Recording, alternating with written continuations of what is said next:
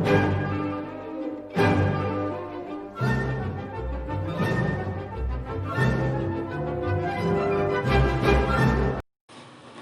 assalamualaikum warahmatullahi wabarakatuh. Apa kabar teman-teman? Di sini aku mau ngajak teman-teman buat kenal sama salah satu tokoh ekonomi klasik. Ya, beliau yang ada di gambar bernama Thomas Robert Malthus. Beliau adalah tokoh ekonomi klasik. Beliau juga seorang ulama, cendekiawan, dan ekonom berpengaruh di bidang ekonomi, politik, dan juga demografi.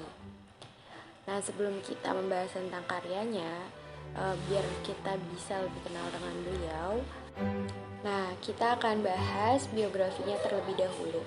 Beliau lahir di Inggris, tepatnya di dekat Dorking di Surrey pada tahun 1766.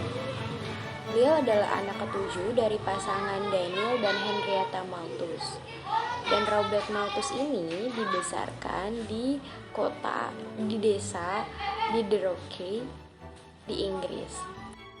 Thomas Robert Malthus mendapatkan gelar sarjananya pada tahun 1788 di Universitas of Cambridge di Jesus College, dan dia mendapatkan gelar masternya pada tahun 1791 serta menjadi kerabat Jesus College pada tahun 1793.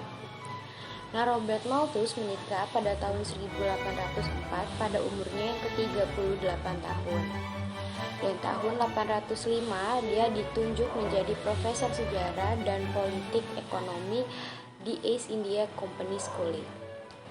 Malthus ini menulis berbagai buku lain perihal ekonomi, dan yang paling penting diantaranya adalah The Principle of Economy pada tahun 1820.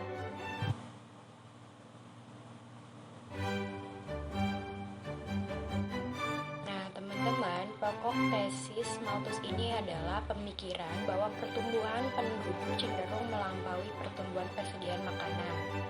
Jadi menurut Thomas Robert Malthus ini, pertumbuhan penduduk itu tuh bertumbuh secara deret ukur gitu. Kalau dilambangkan dengan angka tuh kayak misalkan 1, 2, 4, 8, 16 dan seterusnya.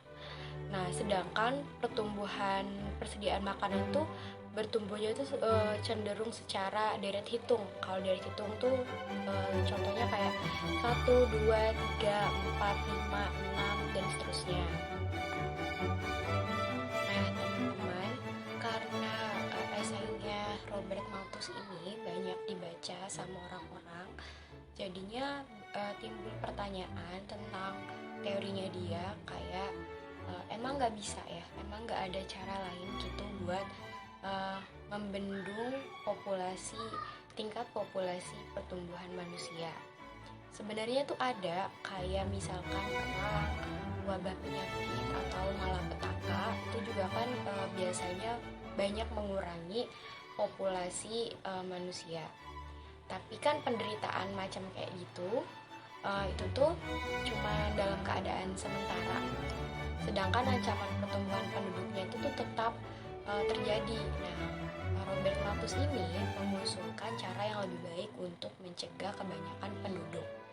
Caranya adalah pengendalian moral. Maksudnya pengendalian. Nah, teman-teman, maksudnya dari pengendalian moral di sini adalah mencari cara untuk mengurangi populasi pertambahan penduduk atau mengurangi ledakan penduduk.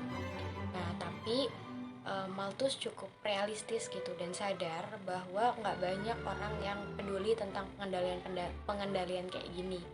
Nah, selanjutnya Malthus berkesimpulan bahwa cara praktis adalah tetap berpegang pada apa adanya. Jadi dia berpikir kalau ya udah, ini tuh nggak bisa dihindarin lagi. Kemiskinan itu suatu ancaman yang tidak bisa dihindarin, dan ledakan penduduk itu bakalan tetap terjadi. Nah, pendapat Malthus ini cenderung pesimistis gitu. Kesimpulan dia cenderung pesimis. Nah, setelah itu ada sebuah lembaga yang berdiri pada tahun 1860 disebut sebagai Lembaga Malthus. Nah, lembaga ini tuh menganjurkan adanya keluarga berencana gitu untuk pengendalian pertumbuhan penduduk.